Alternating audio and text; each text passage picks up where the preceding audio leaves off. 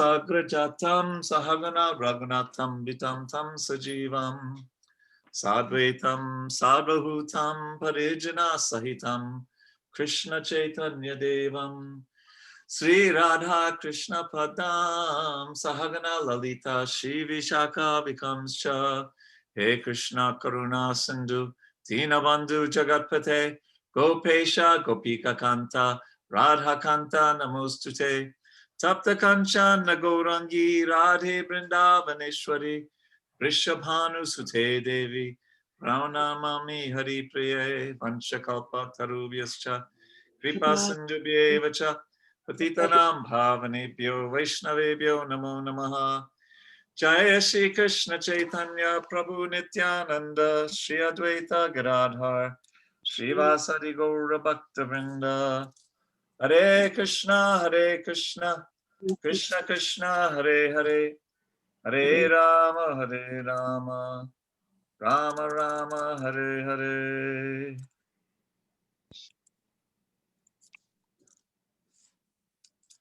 So we are continuing our study of the Upadeshamrita, Nectar of Instruction, and we're still on verse number 2. Just get my notes set up here.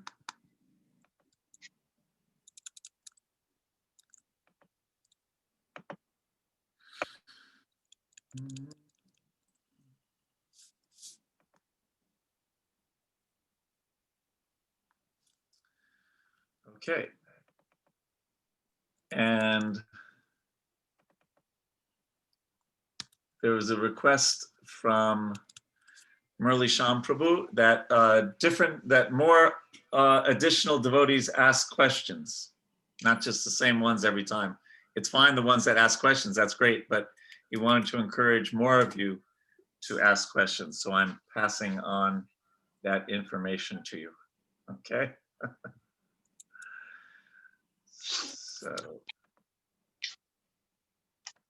So we're starting with the purport, and Prabhupada talks about prajalpa, and he says another impediment is prajalpa, unnecessary talking. And he says those outside of the Krishna consciousness movement are interested in reading heaps of newspapers, magazines, and novels, solving crossword puzzles, and doing many other nonsensical things. In this fashion, people simply waste their valuable time and energy. So I think the modern day application of that is to be very careful about what we read online. Especially, there's so much nonsense online that sometimes devotees are talking and criticizing other devotees, talking about politics, ISKCON politics and things like that. That is just Shama Eva Hi Kevalam. It's a waste of time. And it's even worse than a waste of time if people are speaking ill of other devotees. Our job, you could say, our goal is to, what is it? Punar Janma Naiti, no more birth in this material world. And in order to succeed in that, we have to have single-minded determination. Ekeha, and Krishna says in Bhagavad Gita, single-minded. Vyavasaya mika buddhir ekeha, that one has to have buddhi has to be single-minded.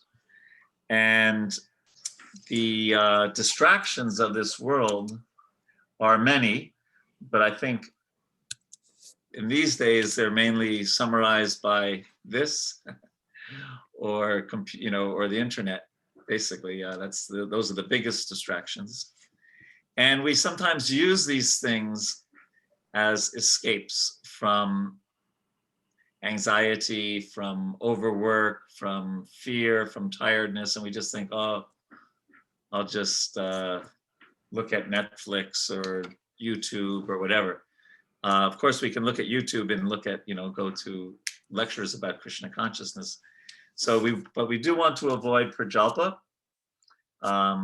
We want to talk to each other about Krishna consciousness, and we want to hear about Krishna and Krishna's devotees and not waste our time Prabhupada says that in the Western countries, old men retire from active life.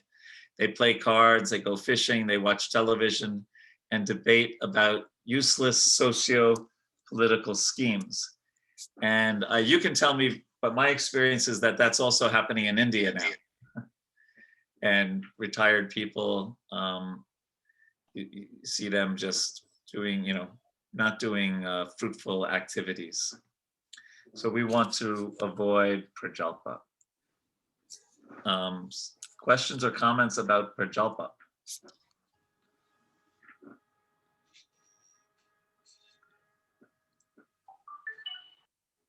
Less talking, the better, Prabhu.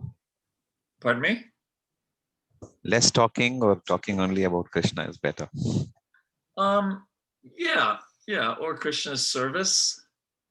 Yes, that would be best if we we choose our words carefully. Krishna's called Uttama Shloka Gunanavarnam, one who's glorified with choice words, carefully chosen words.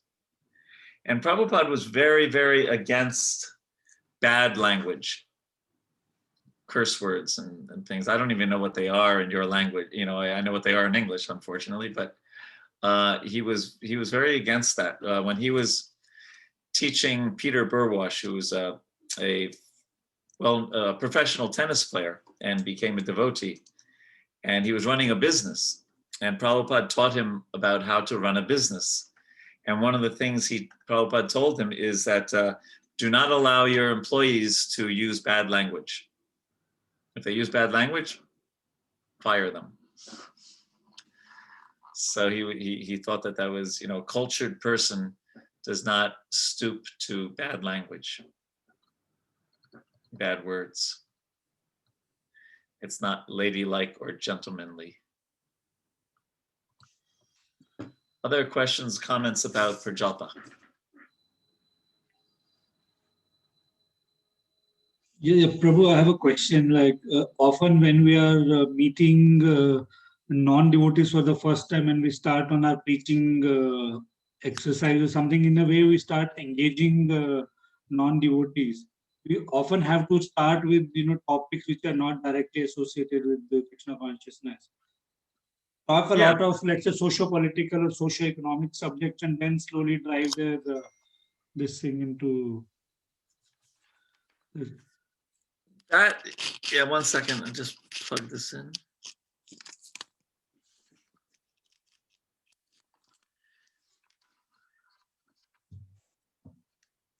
That's okay. Prabhupada did that. Sometimes I remember one time he was talking with a professional car racer, racing cars. And for the first 20 minutes, he just asked him questions about racing cars. And then he found a way to inject Krishna consciousness. So if our motive is to share Krishna consciousness, then that's certainly understandable. And we treat people like human beings and things like that. We just don't go on and on. Well, the farmers said this and Modi said that, and what's going to happen? Oh my God, So in Krishna's service, we can do that. Have some small talk.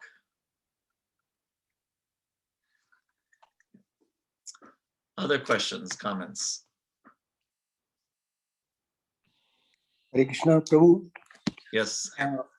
For a Grihastha like me, surrounded by wife, children, grandchildren, it's extremely difficult always to talk about Krishna consciousness when maybe I may be a devotee, I may be interested in talking about that, whereas all my other family members who surround me, they don't be so keen to talk about the Krishna and the Krishna consciousness forever. They would like to talk about something about sports, something about cricket, something about politics. But that is a very, very challenging thing, Prabhu, for the entire daytime to talk or engage in Krishna consciousness is not difficult. I mean, extremely difficult, I feel. Prabhu. Yeah, well, everyone's situation will be different. right? I noticed there's a brahmachari here on the call, so it's much easier for him if he's living in the ashram with other brahmacharis. Then it's much easier. And in your situation, it must be hard. It might be harder. Krishna is called Bhava Grahi Janardhan. He understands the essence of our devotional sentiment. So we do our best. I was just listening to Radhanath Swami today, was talking to a devotee who was married to a non-devotee. His wife is not a devotee. And he was saying, what shall I do? And Radhanath Swami said, well, you should try to treat her with more love now that you're a devotee than previously. And that will attract her to Krishna consciousness. So if our family members see that we're a much nicer person, we're a much better person, since we become devotees, that is a great way to attract them to Krishna consciousness. So we might have to, do this or that, but we also might be able to make a negotiation. Okay, we'll talk about this and we'll talk about that, and then after that, let me tell you something about Krishna. Is that all right? We might find the ways. We can pray to Krishna that we can find the ways to talk about Krishna. But yes, what to do. Sometimes we're in different situations, just like Prabhupada. I think I said this last week. Prabhupada's sister was married to a person who's not a devotee in Bengal. So she would cook for him, and he liked fish. So she'd cook for him fish. She was a initiated Vaishnavi. And then she would take bath, put on new clothing, get out of separate pots and pans, and then cook prasadam and offer it to her deity. So, we do the best we can with the situation we're in. Is that all right, Ramakrishnan Prabhuji? Yes, bro. Yeah. Thank you, Prabhu. Thank Thank you. Anything else on Prajalpa? Okay, then let's continue with this purport then. So the next one, and we just talked about this actually, one says, Jana Sangha refers to associating with persons not interested in Krishna consciousness. One should strictly avoid such association, but like Ramakrishna Prabhu, did I get his? Ramakrishna Prabhu was saying, what do you do if your family members are not as interested as you are? Narottam Das Thakur is therefore advised us to live only in the association of Krishna conscious devotees, Bhakta Sanivas. So again, that's ideal. And we do our best to try to associate with devotees as much as possible, even if there's COVID-19, there's literally unlimited pravachans and lectures and things on ISKCON Desire Tree, that website, and so many, and even on YouTube and so many things. It's just unlimited how much Krishna Katha is on the internet today. So if we have an internet connection or we have a mobile, we can, even if we don't have so much association in our house or we can't go to the temple, we can still get association. And that's, so another application. Okay, so maybe in our family we have grandchildren, children, and they need to talk about, this, that. But at least when we have a choice, right? So we have a choice when we turn on the internet, right? We can go to, timesofindia.com, or we can go to ISKCONDesiretree.com. So at least when we have a choice, we should make the right choice, and we should choose to hear about Krishna. And that it's not like it's a punishment. It should be susukam kartamavyam. It should be very pleasurable to want to hear about Krishna. So at least when we have choice, we should choose to avoid asat sangha tyag e vaishnavachar, to avoid asat sangha. And that comes through the computer, it comes through the mobile phone. There's unlimited asat sangha, and there's some really good sadhu sangha. So we need to at least associate with devotees like that. And then Prabhupada says that that's the whole purpose of ISKCON. A little later, he says, similarly, we have established the International Society for Krishna Consciousness to give people an opportunity to associate with those who have not forgotten Krishna. So what are your questions, comments about association? Hare Krishna Prabhu, I have a question again. Okay. Many of us who have either our businesses or corporate jobs that we work with various companies, and as you would appreciate that most part of our active day we end up spending in these workplaces, Yeah. and it's like very, very rare occasion that we would get a chance to associate with devotees in our workplaces. And either during, let's say, for the official work or the professional work that we are engaging on, or even if we are having small talks with our colleagues and other people. And so there the opportunity of having that sadhu sangha or sangha is not there. How do we then kind of bring our mentality to that level that we still stay away from all that? Well, we do our best, right? We do our best when we're commuting to and from. We can be listening to some pravachan. If it's possible in your work, we could be having, headphones on, not big ones like this, maybe small ones, and listening to a kirtan as we're doing our work.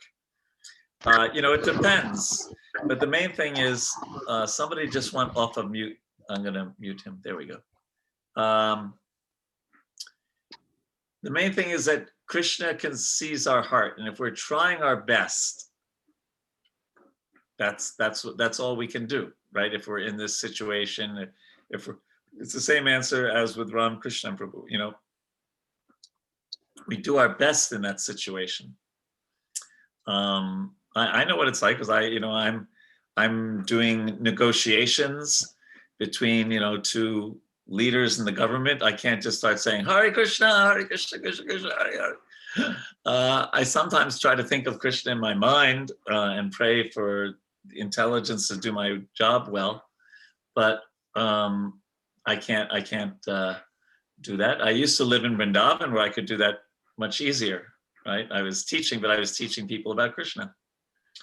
The other one thing I do at work, and I don't know if this is practical for you, but I bring people prasad sometimes, and I distribute prasadam, and that makes me feel that I'm doing some benefit for my colleagues. Yeah, so I used to bring ladus and things like that, especially ladus. People like ladus. In America, everyone loves samosas. They love samosas, especially with tamarind chutney. But in India, I think people like the sweets. Yeah, I told you, right? I used to bring them to the courtroom and distribute them to the judges and the lawyers, the advocates. Yeah. Is that all right, Prabhu? Yeah. Other comments, questions on Jana Sangha, avoiding the association of non-devotees?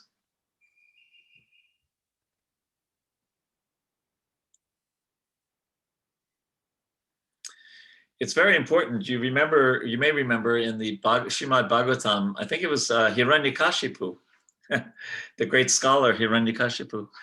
He said that association is like a crystal, right? So if you put a crystal next to something that's silver, it'll look silver, right? If you put something next to something that's green, it will look green. We're very much influenced by our association. And also, Rasa Sindhu Prabhu, we may not always be able to do this, but the other answer to your question is Prabhupada preferred that we have our own businesses, that we are, and that way we could have more control over things. And again, I understand it's not always practical, but that is, if we can run our own businesses, then we have more of a control over, we can even hire devotees if like that. Anything else on Jana Sangha?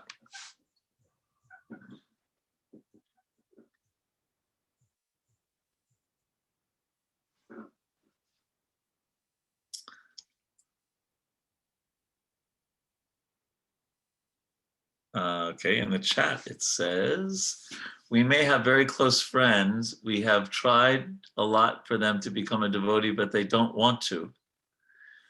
Well, Vanita, that is, and we can't leave them also. Okay, so we try to be a good example for them, and we try to give them a lot of prasadam. Because that will change people's hearts. Prasadam.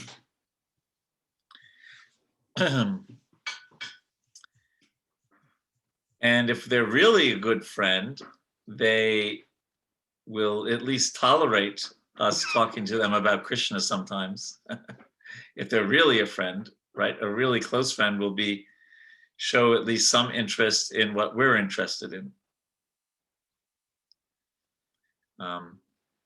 So yeah, it could be, like I said, all these different situations may be tricky.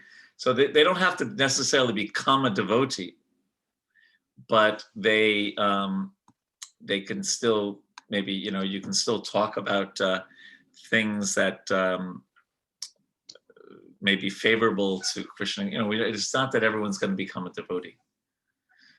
That we know, but they still might be willing to sometimes talk to us about spiritual things and pious things, at least, and also take some prasadam. Other questions, comments?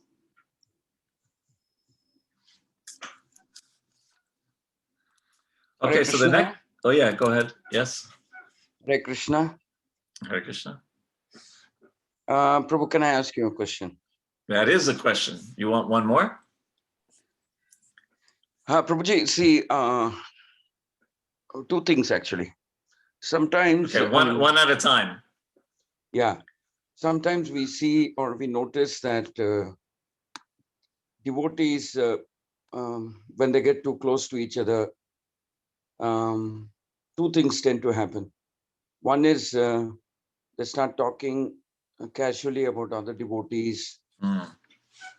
Or the second thing that happens is when you get too familiar, then you start noticing faults. The faults, yes. So, and then you start noticing habits in the other person that irritate you. Or then you start thinking, oh, I never saw this part of this person before. So, whereas they actually may be very insignificant compared to the personality, his contributions, etc. How do we deal with it? Well, it's a very good question, Prabhu. We have a saying in English, right? Familiarity breeds contempt. You've heard that? Yes, I did. Yeah. And therefore, in one place in the Prabhupada's purports, he says that actually one should be careful in dealing with the spiritual master and with the deity.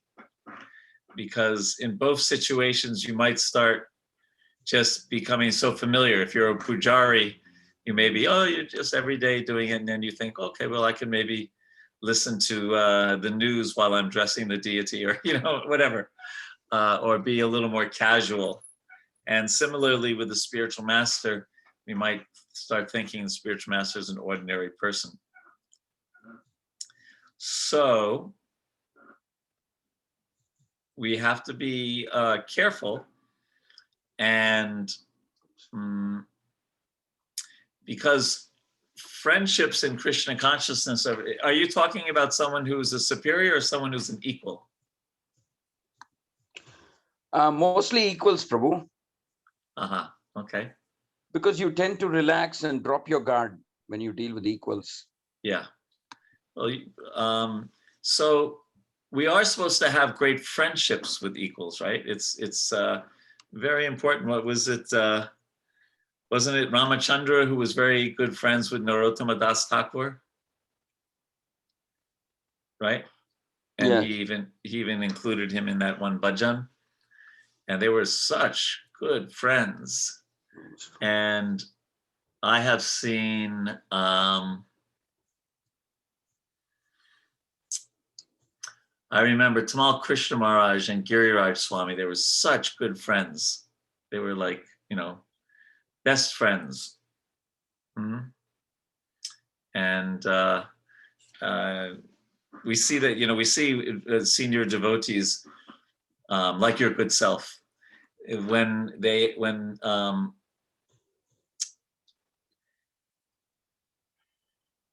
we show examples of having good friendships with our peers, that inspires younger devotees.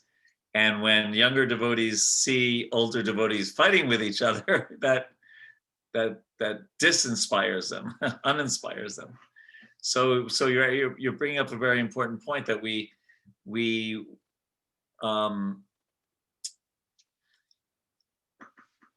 need to have really strong, loving friendships with our peers. And I think my experience, Prabhu, is that when there's a good trust in the relationship, then when we do see some fault, or if well, actually, let's all do an exercise. Okay, we're all going to do this together. So everyone, in your mind, think of someone that you thoroughly trust, and besides your guru, don't go up that high, but just someone that you know that you completely trust. You would even give them the PIN number for your credit card. But the main thing is you really trust them. Okay, so take 10 seconds to think of that person.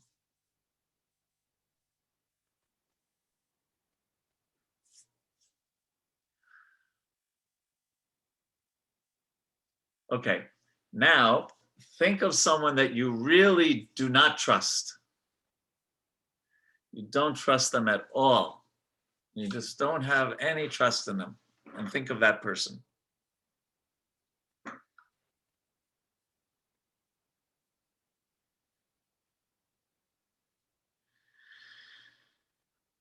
Okay, now what's the difference in how you would talk with or communicate with those two people? What's the difference? You can either put it in the chat or go off of mute.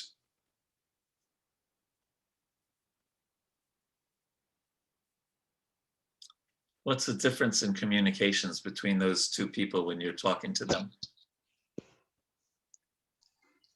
Well, with those who you cannot trust, there is always a distance, and you can experience that distance when you're talking to them. The people you trust, there's a distance? I didn't catch that. With those who you cannot, you cannot trust. There is this element of distance, not physical distance, just emotional distance. Okay, element of distance, very good. And honest with the people that you can be very honest with the people that are close. What else? Hare Krishna Prabhu. When I am honest with the person, I just speak out my mind, because Yes. I know. And then when I am not honest with people, at that time, I'm very cautious that what I speak, how do they take, and how do they interpret, so that I'll be little cautious. Exactly. So you just made a very important point. With people that you trust, you can speak openly, and they will make the right assumption. They will look at the good, and the people that you don't trust, you have to be so careful, because anything you say, they'll misinterpret. They'll turn it around. So I think that gives a little answer to Varda Krishna Prabhu's question. That. And if everyone go on mute when you're not on, because we're hearing some feedback. Oh yeah, well here Varda Krishna. One is relaxed, relieving, and rejuvenating. The other is stressful, nervous, and watchful. Yes. So that hopefully is the kind of peer relationships we have. They are relaxed, they're relieving, and they're rejuvenating. So even though, like you said, they're familiar, but the familiarity does not breed contempt in this case. It breeds, we're relaxed, we're relieved, we trust that they will interpret things right. Could everyone make sure you're on mute because we're hearing some noise? Okay, Varda Krishna, I just muted you, but if you want to say something, please go off on mute.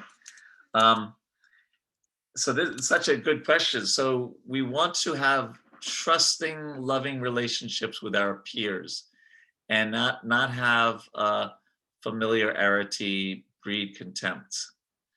And the same thing with the spiritual master. You know, if we, you know, spiritual masters also, you know, they might do some mathematics and get the math wrong, right? Or they may, you know, misquote a shloka. Prabhupada didn't always get the shlokas 100% right, but that's not the perfection of an advanced devotee is their intention to love Krishna, not whether they can, you know, balance a, you know, double entry accounting thing or something like that. You know, they don't know everything. They know what Krishna wants them to know. So we want to be careful in our association. Varda Krishna, with you there was two parts to your question though, right? I think it was you who asked the question, wasn't it? You're on mute, by the way, now, because I forced that on you.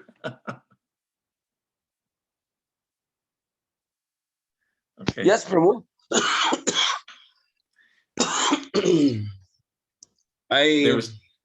Yes. I had two questions, but I guess your answers straddled both of them. Acha, okay. Well, Krishna Kripa.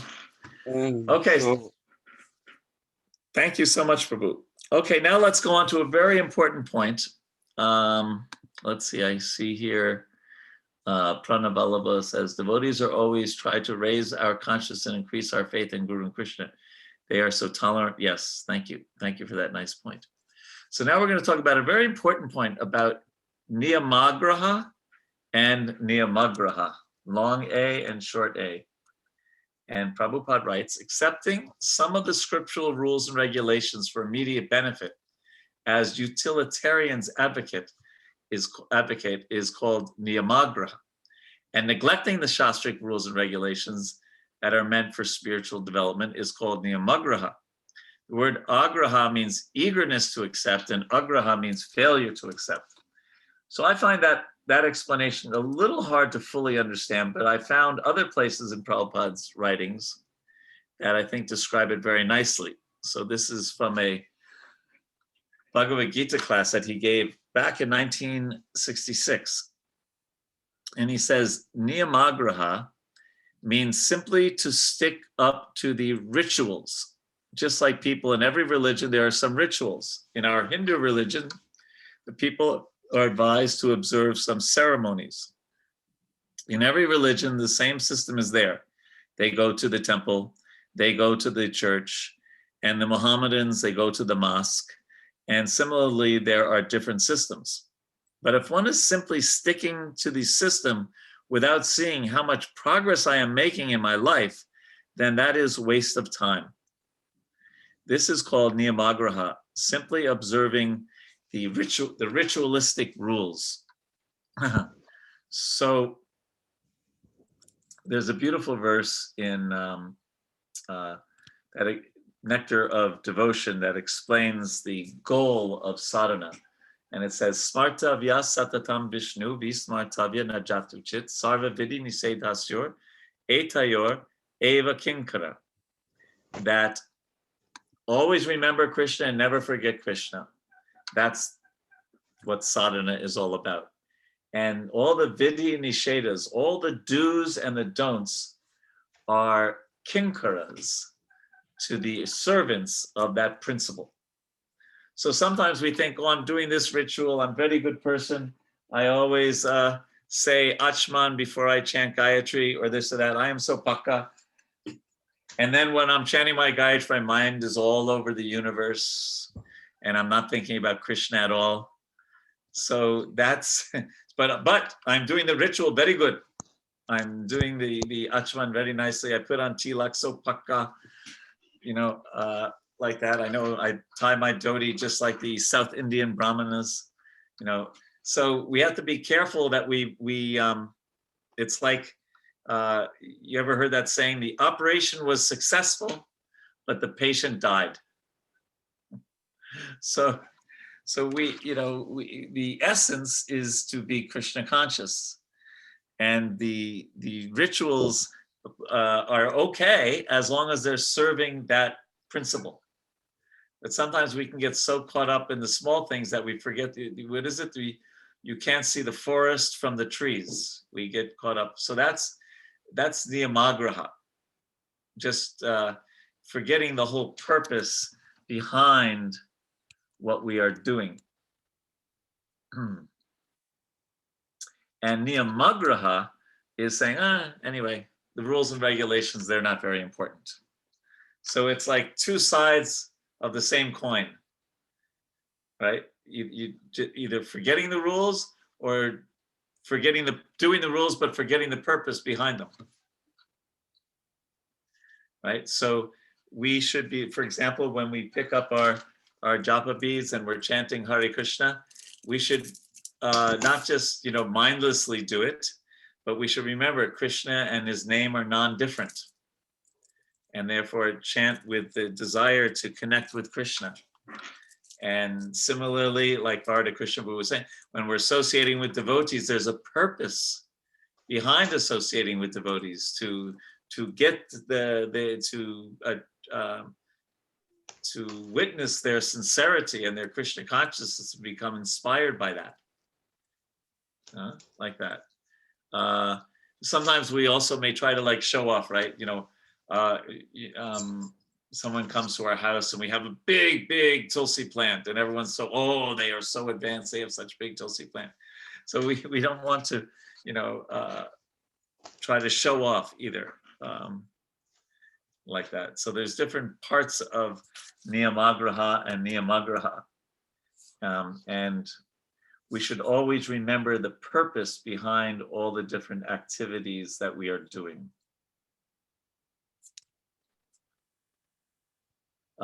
Here's one more from the Veda base. Where is it? Nor is a devotee very strict in following ritualistic rules and regulations mentioned in the Vedas. Becoming enamored of these rituals is the next impediment, called niyamagraha. Because a devotee fully engages in the supreme service of the Lord, he automatically fulfills all other obligations and doesn't have to execute all the details of Vedic rituals. Okay, so what are your questions and comments about niyamagraha and niyamagraha?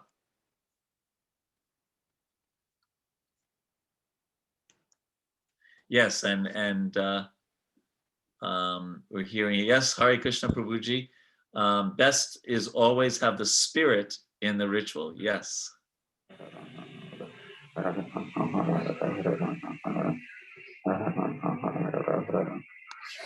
And someone is chanting so nicely. So questions, yes? Yes, Navadvip Sachi Mataji? If I am not mistaken, I have always read that Prabhupada encouraged us to follow the 4 regulative principles. So to a certain extent, you have to start by following the process.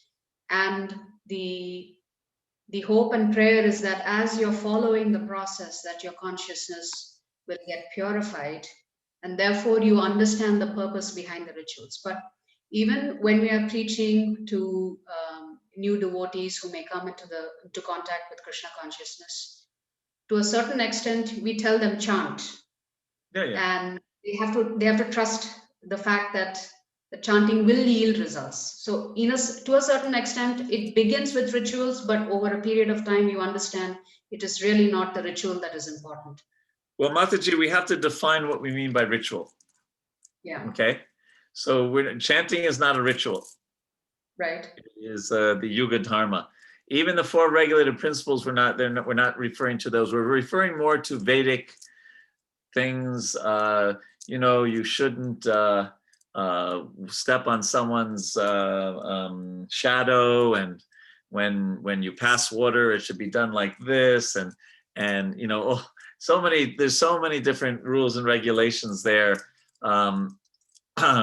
you know, what to do during the sadhya, the different times during the day, and cleanliness rules. These are all okay. They're all can be helpful as long as we remember why we're doing that. Why we're doing that. But certain karma-kandic rituals like worshiping demigods and things like that, we don't, you know, we actually choose not to do those kind of things. But the main point, as somebody mentioned in the chat, is to remember the reason behind everything we're doing. Yeah, but it's not always easy to understand the reason when you begin. So that was more my point. In fact, that you can understand the reason in the beginning. Sure. So yena kena pakarena manasa Krishna niveshaya. That in the beginning, just somehow or other attract people to Krishna. Yes. And then that verse says, and then the rules and regulations can come later. Right. So Prabhupada did that in 1966. He's just, yeah, everyone thought, oh, chant Hare Krishna, no problem. And then one day he put up the rules. No meat eating, no. But the main thing is that people become attracted to Krishna. And then the rules are easy to follow. Yes. Okay. Other thoughts on niyamagraha or niyamagraha?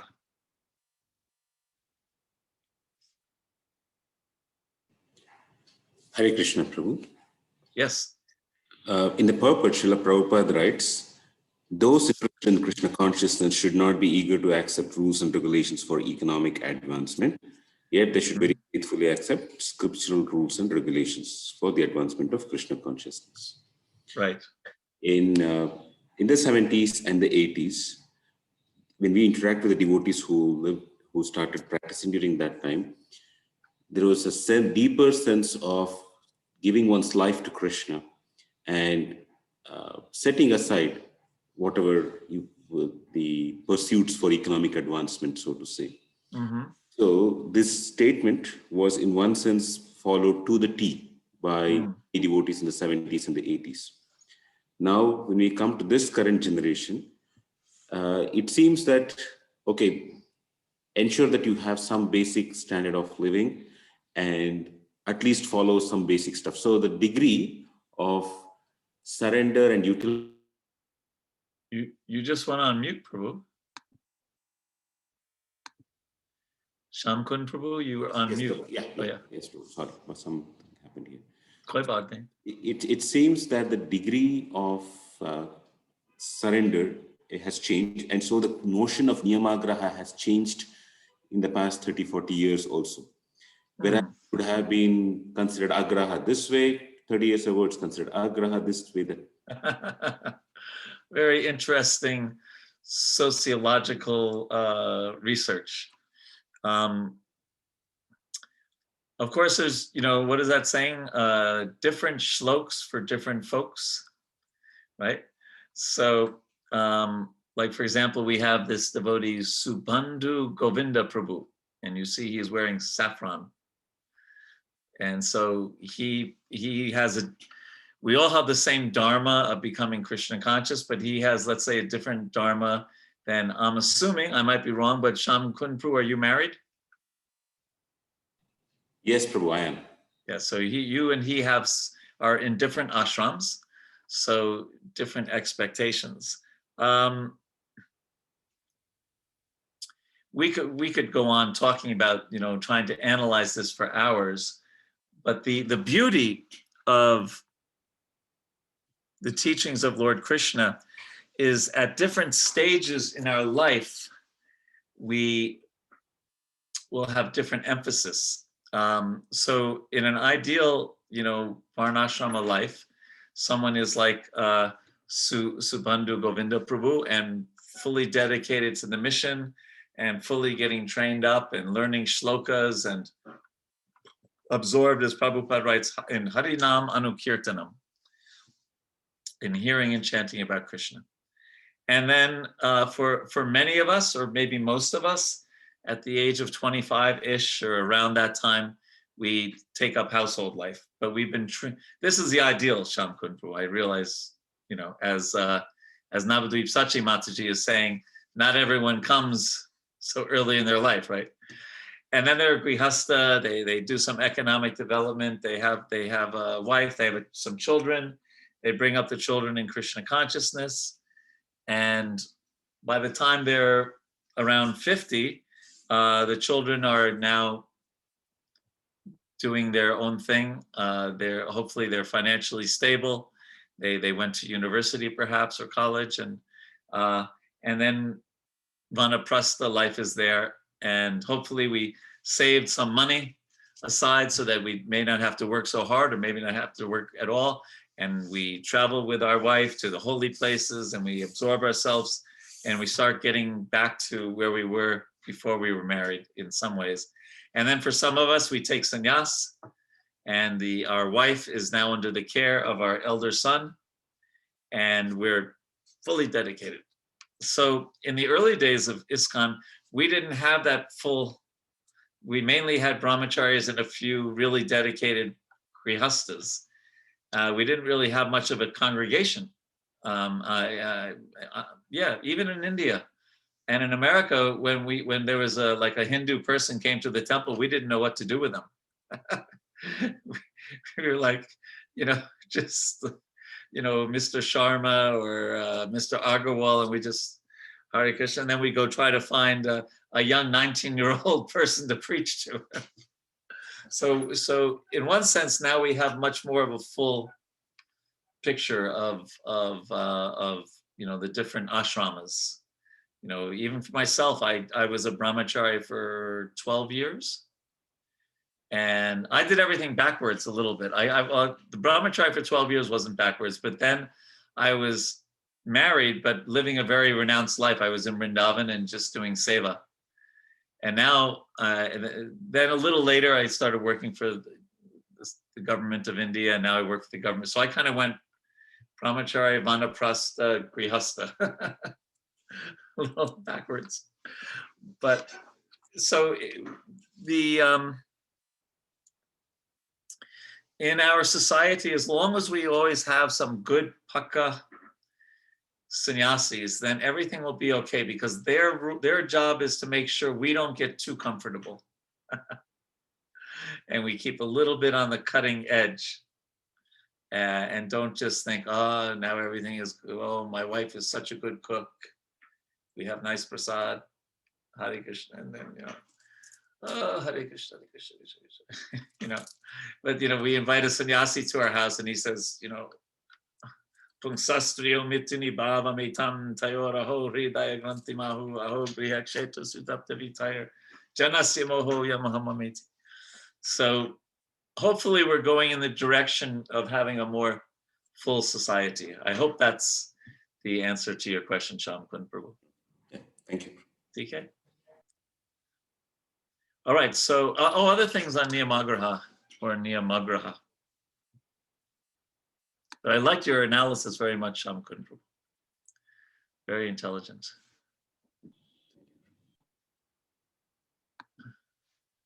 Okay, well then let us carry on with this purport. So Prabhupada writes, then he talks about lolyam or greed. And I love the way Prabhupada does this. He makes greed much bigger. Usually when we think of greed, we just think of somebody who wants more and more paisa, right?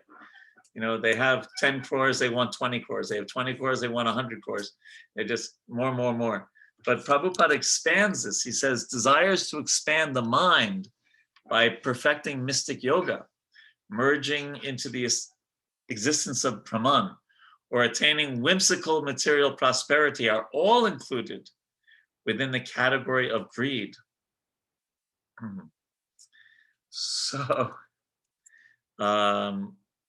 yeah, that's very, because mystic yogis, sometimes they want mystic powers. That's a kind of greed, right? Or impersonals, they want to merge into the Brahman. They want to become God, right? And someone who just wants more and more money, that's also, but a devotee, bhukti mukti siddhi kami sakala ashanta, Krishna bhakta nishkam ata eva shanta, that the devotee is the only shanti person, because they want everything for Krishna. They may, as Shamkun Prabhu is bringing up, they may need to have they may have finances to children have to get educated, food needs to be there, money needs to be set aside for retirement and things like that. But the devotee's mood is all of this. I'm doing this because my wife is a devotee, my children are devotees, in my old age, I want to do full-time service. So even when we're working at our jobs, we're doing it in a different mentality than a non-devotee. So we can be avoiding lolyam even as we're trying to make crores and crores of rupees in our different work. Any questions or comments about lolyam or greed? Hare Krishna Prabhuji, I do have a question, and this has been always conflicting situation for me in my mind in terms of reconciliation. So for example, earlier Prabhupada says the biggest problem for us is birth, death, old age and disease. Correct. So if we identified that as the problem and the solution for it is at least exiting this body and going back to the spiritual world, is that also considered lolyam? Of course, Prabhupada constantly says even pure devotees don't aspire even for liberation. But Right. in effect, the entire Krishna consciousness movement is based on this premise that we need to exit this cycle of birth and death. And he called his magazine Back to Godhead. Yes, back to God. It's a very exalted prayer when Lord Chaitanya said, Mama Jamani Jamani Ishware Bhavatad Bhakti Rahoitu Kitvai. So one time Burijan Prabhu was speaking to Prabhupada and he said, Prabhupada, we don't want to go back to Godhead. We want to simply stay here and serve you. And Prabhupada looked at me and said, do not make me come back to save you. So he could understand that, Burijan Prabhu's realizations were not that deep as Lord Chaitanya is praying. So a very, very advanced devotee might say, well, actually Prabhupada writes in Bhagavad Gita, devotional service and the kingdom of God are the same. So we could be in the kingdom of God right now when we pick up our beads. We can also be in the kingdom of God by taking a train to Jagannath Puri or to Mayapur or Vrindavan. That's another thing. So, of course, you're right, a devotee doesn't want liberation. But going back to Godhead is not liberation. We're going back to, it's not like, we're going back to Godhead to serve Krishna. And we're going to be absorbed in serving Krishna in the spiritual world. We're not going to just because liberation usually just means I'm suffering so much, I don't want any more suffering, And that's why Sarvabhauma Bhattacharya wanted to change that verse, Jiveti yo mukti pade sadaya bhakti. He wanted to change it, mukti pade to bhakti pade. But Lord Chaitanya said, no, mukti in this sense. So one of the jobs of ISKCON is for all of India to redefine the word mukti. Really, it is, because for us, mukti, Prabhupada quotes that verse. Mukti, mukti something rupam, sarupena vivastati. That real mukti is being reestablished in our swarup as Krishna's servant. Because most people in India, right, they say mukti and it just means like impersonal liberation from this body, right? And just merging. So one of our jobs is to redefine or reestablish the actual word mukti as servant of Krishna. Is that right? Yeah. Navadvip Sachi Mataji, that's okay. Okay. Other questions about lolyam? Yeah, Prabhu, on lolyam again. So like very often, of course, we all understand lawlium as the financial greed, need for the financial thing. Mhm. And very often, Prabhu, like at least in South India, I have seen that there are many businessmen who put in a lot of effort to grow their businesses, and they make the DT of one of the temple as the partners in their business. Yes, they do that with Balaji a lot also, right? Yes, they do a lot with Balaji. And many years back, Prabhu, when I was following a particular government scenario, there was a government official who was caught with a lot of corrupt money or the black money that he had taken through bribes. And in his diary, they found a note that X percentage of the bribe would go to one of the DTs. And ultimately, he was still raising a lot of bribe or money through his, let's say, the activities that he should not be doing, or the personal greed of making a lot of money, but giving a certain portion of it to a particular DT. Is that not still lawlium level, but people It still say probably we'll is. do it? It probably is. I remember I had a friend who was a big businessman in Delhi, and he made a deal with Balaji that, you know, if my business goes up by 20 crores this year, I'll give you 2 crores, 10%. And it did. And so he chartered an entire plane for all of his friends. He asked me to go along, but I didn't go. And he chartered a plane to Tirupati, and he brought his 2 crores and gave it, because people, you know that you can do business with Balaji. I used to joke, Varda Krishna, you'll maybe we should do this, but I used to joke that in Vrindavan we should start a rumor that if you give a lot of money to Krishna Balaram in ISKCON Vrindavan, you'll become very rich, and that way our fundraising would go up so many times. And start that rumor, you know, all over India. But yes, you know, we'd all know, if most of us, I'm sure, have been to Balaji, been to Tirupati, you know, and there's that whole area where they count the money and people, you know, it's such a rich deity. It's not pure devotional service, but at least there's some connection with Krishna, just like in the 16th verse of the 7th chapter, Krishna says, Chaturvidha bhajante mam jana sukritin Arjuna, Arto, Jigyasar, Artarti, Gyani. That these 4 kinds of pious people, Sukritina, they take shelter of Krishna. And 2 of them are desirers of wealth and people who are so distressed. So they're not coming to Krishna with pure bhakti, but at least they're coming to Krishna. So there's some connection. And yeah, I mean, if anyone, yeah, we probably would not turn anyone away who wants to donate 2 crores or 10 crores or whatever, right? But it's not, yeah, it's not pure. And of course, we would try not to knowingly accept money that was, you know, cheated from the government. Ratika Mataji says, I serve prasadam to guest devotees, and if I get a thought that, what if prasadam get over, let me keep aside a little. So is that lolium? Well, when I lived in, I thought I told you this story last week, but maybe not. When I lived in Vrindavan, His Holiness Kadamba Kanana Maharaj and I were in charge of prasadam serving at the festivals. Did I tell this story last week? No?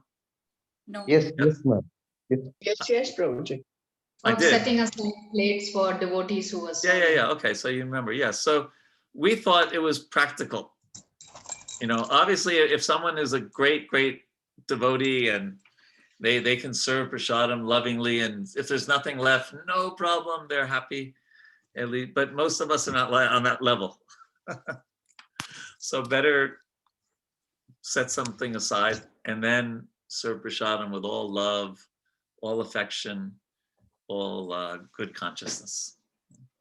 So I don't think that would be considered lolium. I think it's more, if we're doing it ourselves, it's more being honest about our level of advancement and wanting to serve the Vaishnavas nicely, and knowing that we might need to make some adjustment in order to serve the Vaishnavas nicely. Hare Krishna, Prabhu, can I ask you a question? Yeah, but if you make a whole mountain of paneer and no one else gets any paneer, that's not very nice. Yes. Prabhu, there are, if you read the Nectar of Devotion here and there are two qualities that are spoken about there. One is laulyam. The other one that Prabhupada, very, I would say, in a very unique and uncharacteristic way, he portrays what he calls as anticipating the mercy of the Lord. Yes. He speaks yes. about this one unique feature. I mean, you don't get to talk about this in any other scripture. Prabhupada somehow makes it out. Now, my question is, how does one actually cultivate these qualities? How do we make these qualities grow? The laudyam part and anticipating the mercy of the Lord. Because there's this thing about if you anticipate, then you will actually end up getting the mercy of the Lord. This kind of syncs up a little bit with all these motivational speakers and yes, true. Interesting. I hadn't thought of that before, that connection. Yeah. Yeah. Well, first let's believe in yourself and that kind of stuff. And yeah, well, that's believe you can do it. Okay, well, let's start with the first one about loyam. So there's a beautiful verse, Krishna Bhakti Rasa Bhavati Mati. Kriyatam Yena Kutopi Labhyate Tatra Loyam Api Mulyam Ekalam Janma Koti Sukritayana Labhyate. So this verse is very important because I just put you on mute again, Varda Krishna Prabhu, just to because I don't have a gumsha for you. Krishna Bhakti Rasa, those first words in the that verse is where that first line of the verse is what Prabhupada came up the words Krishna consciousness. Isn't that beautiful? You got it from this verse, Krishna Bhakti Rasa Bhavati Mati. One whose mind is absorbed in Krishna Bhakti Rasa. Okay, so then as Varda Krishna Prabhu was so nicely bringing up that the third line, Tatra Loyam Eka Mulyam. So the price, Prabhupada would say, what is the price to pay for Krishna consciousness? It's this loyam, this greed to want to serve Krishna. And Janma Koti Sukritayana Labhyate. Even if you, for Janma Koti, for thousands of births, if you plant fruit trees or do some sukritina, you don't get that loyam. So it's the one price. And how do you get that? You associate with people who have loyam. Now, if you listen to Srila Prabhupada's English lectures in 1966, there's so much eagerness in his voice. It's so contagious. Now let us look at what Prabhuji is bringing up in the Nectar of Devotion. I'll just find it. It's chapter 10, I believe, isn't it? Yes, called Expecting the Lord's Mercy. Is that the right one? Expecting the Lord's Mercy, Varda Krishna Prabhu? Yes, Prabhu, yes. Expecting because to me it appears like one of those very unique, shall I say, value addition to our philosophy by the Gaudiya Vaishnavas, these two qualities. There's so much discussion on this. Oh, that's what kind of makes us a little special and unique in terms of how we prepare our mind to take for higher levels of dedication. But it was also there's also Ashabanda. That's not expecting the Lord's mercy. That's another thing in Nectar of Devotion. I'm trying to remember. Hoping against hope. Yes. Something like that, right? Yeah, great hope. Is that what it was? Yeah. I don't think that's in this chapter. So this is the one where Prabhupada quotes, or Rupa Goswami quotes, Tatenu kampam sukshimikshimano banjani evatmanutam vikakam. That verse, which we actually talked about a few minutes ago about Mukti Pade Sadayabak. And that's what's translated here in the 10th canto, 14th chapter, verse 8. It is said, my dear Lord, any person who is constantly awaiting your causeless mercy to be bestowed upon him, and who goes on suffering the resultant actions of his past misdeeds, offering you respectful obeisances from the core of his heart, is surely eligible to be liberated, for it has become his rightful claim. But I think there's something else that you were referring to, but I'm not sure if I'm going to find it. I'm not going to find it easily, so I won't take up time.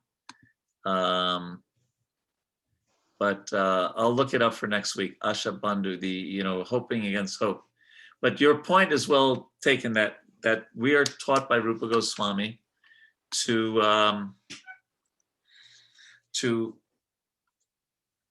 have that faith in God, in Krishna's mercy, and to expect his mercy. And so it's a little different than, like you said, the motivational speakers who, it's more like we're trying to, how should I say this? They're trying to get us to believe in ourselves, and we're trying to believe in Krishna and his help. And that even though I'm so fallen, Trinada Pisunicha, even though I make so many mistakes, Krishna is so kind that if he sees that I'm trying to serve him, he will help me. So let us go on, though, because I did want to at least finish this verse today, even if we don't get on to verse 3. We're not going that slowly. In the study guide, it actually says there's 2 parts to verse number 2 and 2 parts to verse number 3. So I think we should at least try to finish this verse today. So let me go back to that.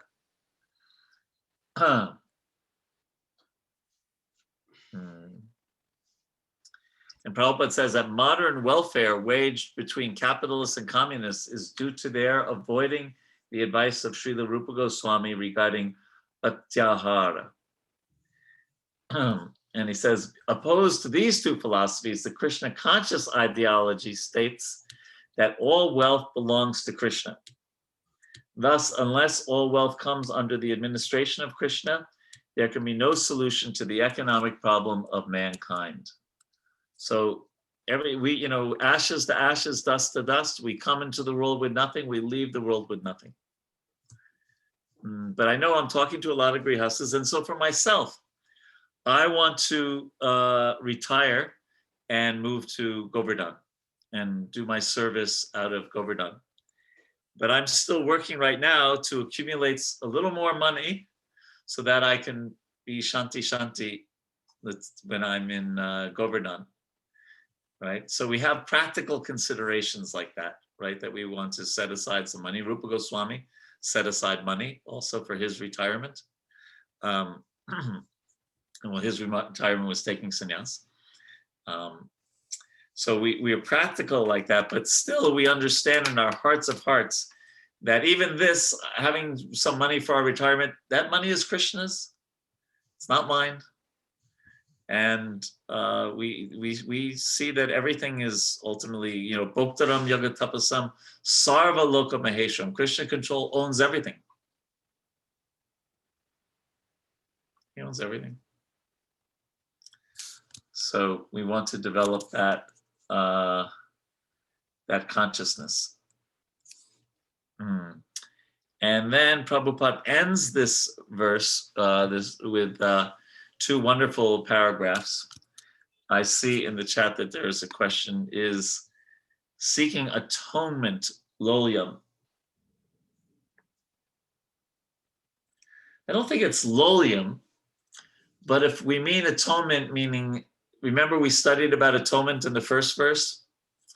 And that if we're using the word atonement to mean prayaschita, Prabhupada is saying that it's not necessary for devotees, because a devotee only wants to be engaged in devotional service.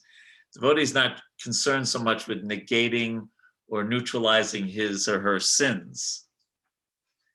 So wanting to get rid of our sins, I'm not sure if it's lolyam, but it's the problem is that if we don't change our heart, then we'll do some sins again. Just like the elephant who takes a nice bath and then throws dirt on himself afterwards. Right. Okay, so let's read these last two paragraphs. They're very beautiful.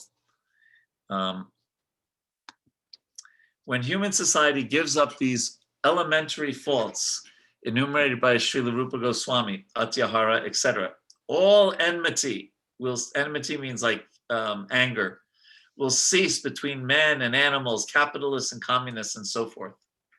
In addition, all problems of economic or political maladjustment and instability will be solved. This pure consciousness is awakened by the proper spiritual education and practice offered scientifically by the Krishna consciousness movement.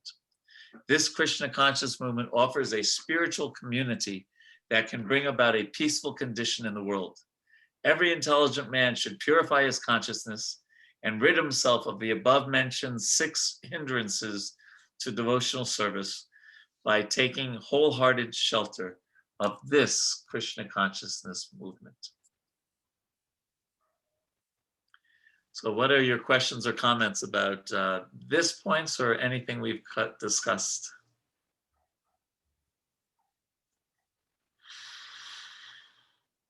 And remember, Murli Sham Prabhu is encouraging those who haven't asked questions before to ask questions.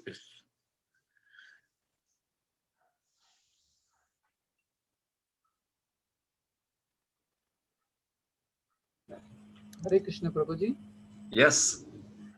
Prabhuji, can you kindly enlighten us on by taking wholehearted shelter on this point, Prabhuji?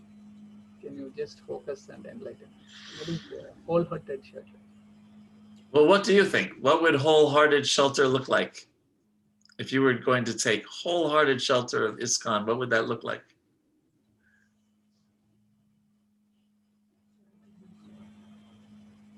Surrender. Or of the, go ahead. Yeah. Vacha, karma. Yeah, very good. Good answer. Yes, we would use either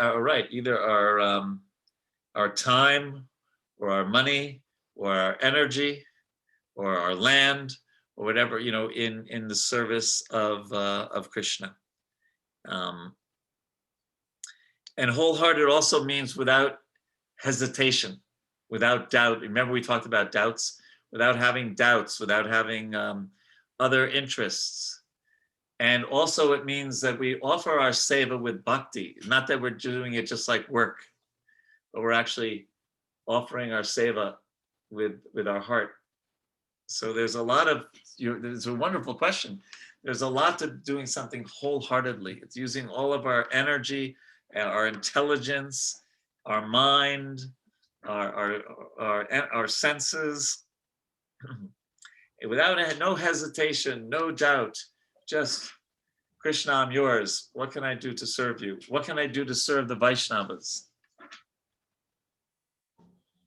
Finding out ways to serve Krishna's devotees.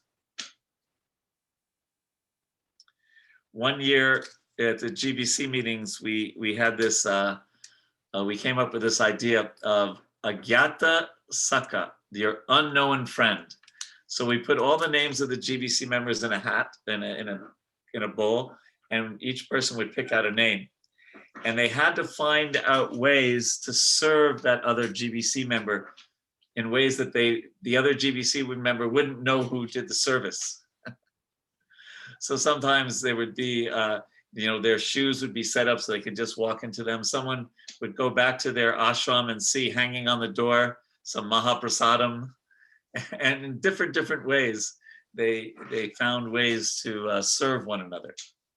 So that's part of being wholehearted. We find a way to do some really nice service to devotees.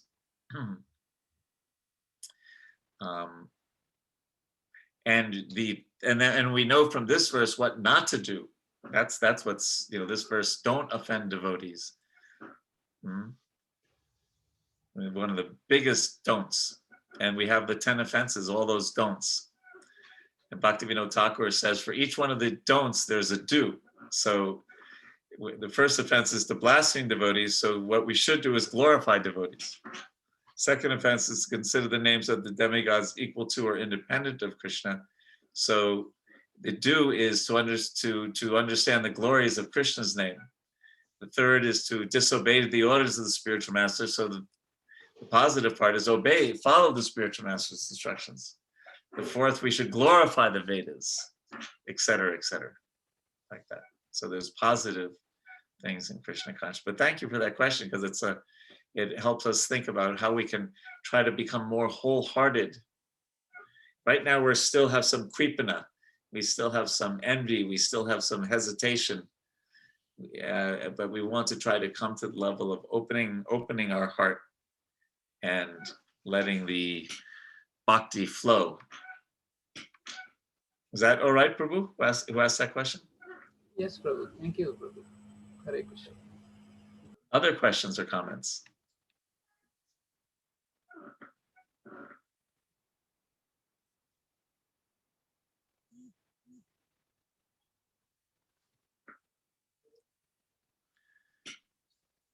There's 56 of you, like Chapan Bog. I'm sure someone has another question.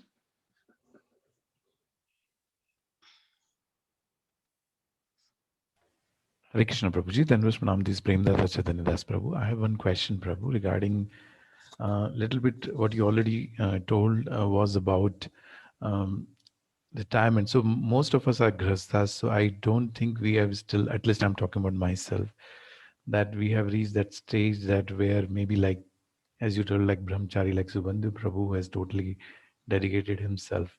We still have that feeling that we should have something for our retirement or something like that post-retirement, or when we want to be totally free. I remember in 11th canto somewhere I had read that, a Vanprastha's duty is to go to nearby center and fully dedicate it and do services over there.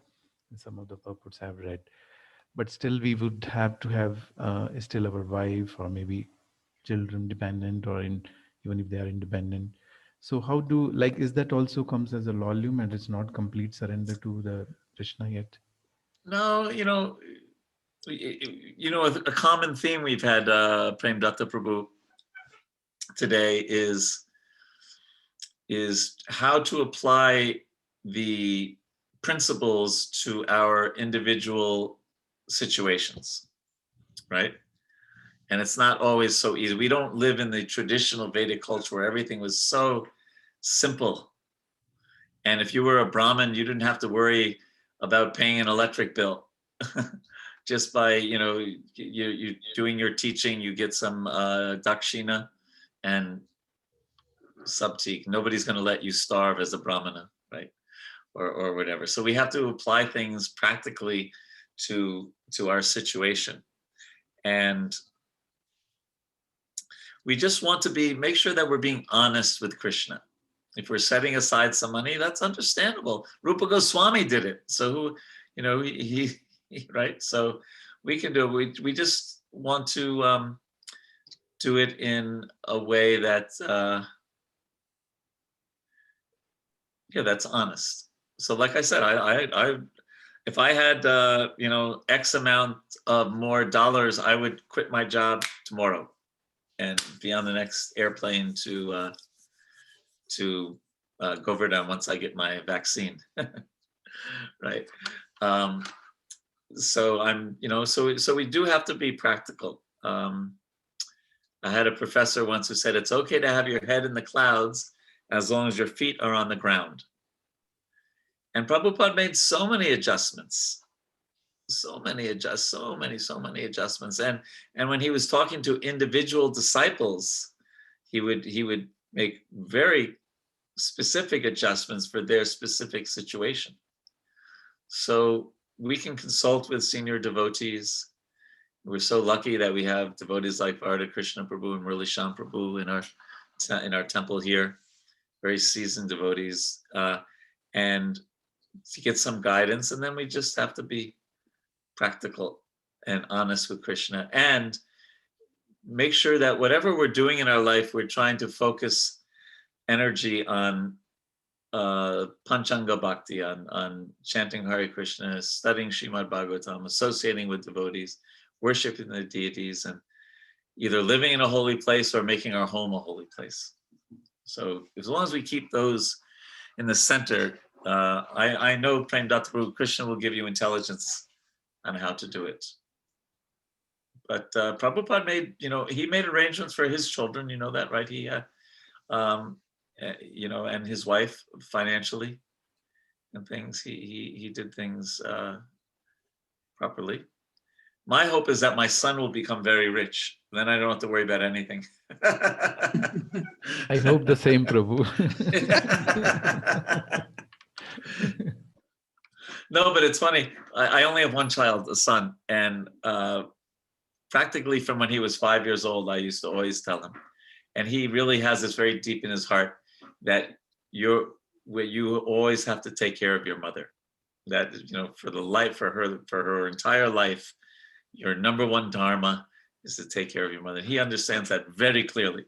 For myself, I can go stay at a temple, get Murli Sham will give me some chapatis, and or something like that. But sometimes women need more things, so he understands that one of his important things in life is to always take care of his mother. Prabhu, And so Hare that for me, Krishna. that's a lot more. I have a lot of freedom knowing that. Yes. Hare Krishna, Prabhu. So expanding on this point, the goalpost actually keeps shifting. I think that's where the fundamental problem becomes for all of us in terms of how much we want to accumulate. So how do we actually come to a conclusion that this is what is bare minimum necessity for focusing more on our spiritual progress than accumulating funds, not greedily, but still we don't know what is required in 10 years, 20 years, 30 years. I think that's where it's tricky. We're living in a real Kali Yuga society, right? And you're saying, and the goalposts in the world change. Yeah. And that's why I say we have to make sure that we're remaining focused on the 5 most potent items of bhakti. And then and the other thing I think we could do, Achyut Prabhu, is maybe have a sangha of devotees in similar situations and sit down and pray to our Guru Maharaj and share our realizations. And sometimes in that sangha, we'll get some good thoughts. And that might be the best thing, even if you ask your Guru Maharaj, he's the sannyasi, he's never been married, maybe better to talk, with devotees in a similar, find 3 or 4 friends and say, could we talk about this? Yeah. And what makes sense? Because I could tell you a little bit about what makes sense in America. So like we have a similar situation in India and America where the government does not pay for your medical, right? Yeah. Yeah. So in other countries, no problem. Canada, England, government pays for everything if you get sick, right? Yeah. So we have to consider that, Janma Mrityu Jaravyadi, we're going to get sick. We need some, finances for something like that. So there's very practical considerations. Should we take life insurance? Is that a smart thing to do or not? There's the practical side of life, and that's not, I can't tell you what that is, but I do know it's practical to be Krishna conscious and to maintain our spiritual practices regardless. And we're almost out of time, but let's see. Amol Set says, many times we consider that making money is against the scriptures. No. Make a lot of money. But I think making money is not wrong. I know Gopal Krishna Maharaj has many disciples here in Washington and a lot of doctors. And so he says, you make tons of money and you buy a big house and then you have big programs in your house. He said, I know you're going to buy a big house anyway. So have big programs. And he always encourages all of his disciples to donate to the local temple. But he tells them, okay, make, you know, so there's nothing bogus about making money. The question is, we have to weigh that, is if it's taking so much of our time that we're having trouble finding time for our japa, time for our, you know, our sadhana. That's when we have to be careful. But you know, it's wonderful if we have lots of money that we can, you know, we can spread Krishna consciousness better when we have finances. So nice to have your association, and we will continue with the. Now we heard about all the things not to do. Now next week we're going to hear about all the things we should do in the first half of shloka number 3. Yasya kripa sindhubhye vacha patitanam Tanam pavanebhyo Pavanebhyo Vaishnavebhyo Namo Namo. Thank you. Hare Krishna, Prabhu. Hare Hare Krishna, Krishna, Mataji. Prabhu. Thank you. Hare Krishna. Before we end, so Murli Sham Prabhu, Achyuta Prabhu, any announcements to be made today? Or, Acha. Yeah, there are yes. some announcements, but sorry. Vraj I Vihari should have Prabhu can stopped drop early. out if he has to. yeah, we'll not hold Okay. back His Grace Vihari Prabhu. Hare It's Krishna. already 9 o'clock. Thank you, Prabhu. Hare Krishna. Thank you, Prabhu. All the others, I request you to be on the call. There are a couple of announcements which we wanted to make. The first one is, I think His Grace Rasasindhu Prabhu has very clearly indicated, do not forward these Zoom links to other people who have other devotees who have not registered for this course. So I humbly request each one of you to follow that request in principle strictly. Okay, because there was one situation where it was forwarded to Mataji, who was not part of the registered course. So please avoid that. Number 2, Rasasindhu Prabhu's name and number have to be added. I hope everybody have done that so that you will receive these broadcast messages in the coming days. Third thing, and this question I think was asked by Pranavalla Prabhu and also Sachi, Navdeep Sachi Mataji. What happens to the timings during daylight saving, which is starting from the 14th of March, which is 2 weeks away. So we have, I had requested, put some 3 options to His Grace Vraj Prabhu. So if we have to stick to the same 6 a.m. to 7:30 a.m. for us here in Bangalore, that will become 8:30 p.m. to 10 p.m. for Vraj Prabhu, which is quite late for Prabhu, and I don't think we can put him under any kind of stress or inconvenience. So we've sort of worked through a 50-50 or a balanced approach. Post 14th March, that is, I think, the Saturday of 20th March. From that day, we will have the session starting from 5:30 a.m. through to 7 a.m. So we'll have to adjust our clock or timings to get half an hour logged in earlier. We don't have a choice, but that is what His Grace Vraj Prabhu has requested as well. So half an hour he is giving up and half an hour we'll give up. And I'm sure as all very fair deal, actually. Very fair ask, actually. Yeah.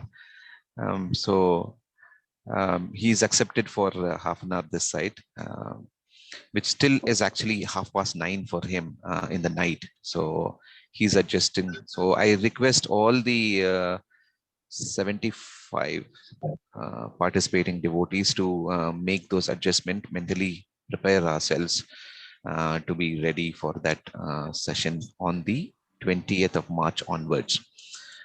So the next 2 weeks we'll still have it at 6 a.m. Indian Standard Time, but post that we will have it. So that's pretty much from my side. Rasasindhu Prabhu, Premdata Prabhu, Murlisham Prabhu, any announcements from your side? Yeah, Prabhu, I have a request actually. See, many of the devotees' names in the attendance and the roll call list are either not spelled correctly, or we don't have either their initiated names or legal names. There's a bit of confusion. So can I request if you can create a Google form, like a registration form for the course, which we have not formally done. We have just taken the the names from the circle leaders. Correct. We can have a formal registration form, then we can have all the data of all the participants and can be used correctly in all our future communication. Yes, Prabhu. So that's all from my side. Hare Krishna. Maybe along with their serial number, their initiated name or their old name can be also taken into consideration as a part of registration. Yes, Prabhu. Yes. Thank you, Prabhu. Mathurapati Prabhu will include that also in the registration form and capture those details so that it becomes a formal registration. Thank you. Any other comments, questions? Prabhu, we have paid 1,000 rupees or so per person. Yeah. When should we pay the remaining amount? We'll let you know, Prabhu. We are just now also trying to create a separate account with the help of Murli Prabhu and Ramakrishnan Prabhu. We'll let you know the details a bit later. As of now, we have requested the circle servants to keep the money with them, those 1,000 rupees of each of them, except yourself, you have transferred to me, I think. That we will transfer into one of the accounts which will be created by Ramakrishnan Prabhu. We'll take that and then work through Prabhu. Thank you. Okay. And Shamkun Prabhu, you had a question whether last week you had a request that we share those questions, the essay questions, which will be part of so there is still some work going on because they have to choose which are the questions to be shared and not all the questions. So give us some more time. We will get back to you and to the entire group here to make sure that which are the questions we have to start preparing for the essay questions. Okay. Okay, Hare Krishna. I think if there are no other questions. Yes, Ramakrishnan Prabhu. No, Prabhu. Thank you. Nothing. Thank you. Okay, let us chant the Hare Krishna Mahamantra once. Hare Krishna, sorry. Yes, Manbala Prabhu. Are we going to share the recordings? So, okay, I think recordings are to be shared only on request. That is one thing.